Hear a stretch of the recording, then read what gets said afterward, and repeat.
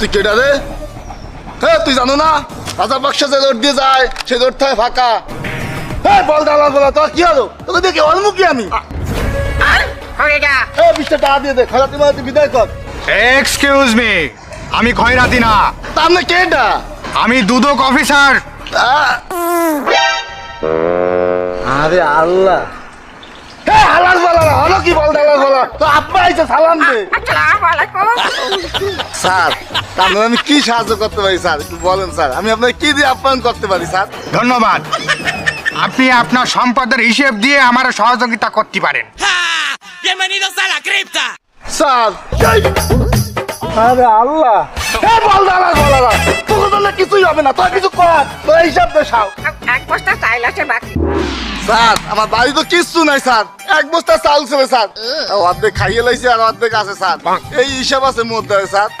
Excuse me, আমি আপনার চাল ডলের হিসাব চাইনি, আপনার সম্পদের হিসাব দেন। সম্পদ পামু কই, বাক্স ছেলে বাক্সটা ভাঙ্গি গেছে স্যার, আর কিছু নাই। এই আপনার কাছে কিচ্ছু নেই মানে? হ্যাঁ আপনি কোন ধরনের কথা বলেন? সারা পৃথিবীতে যত বিলাসবহুল গাড়ি আছে, রিক্সা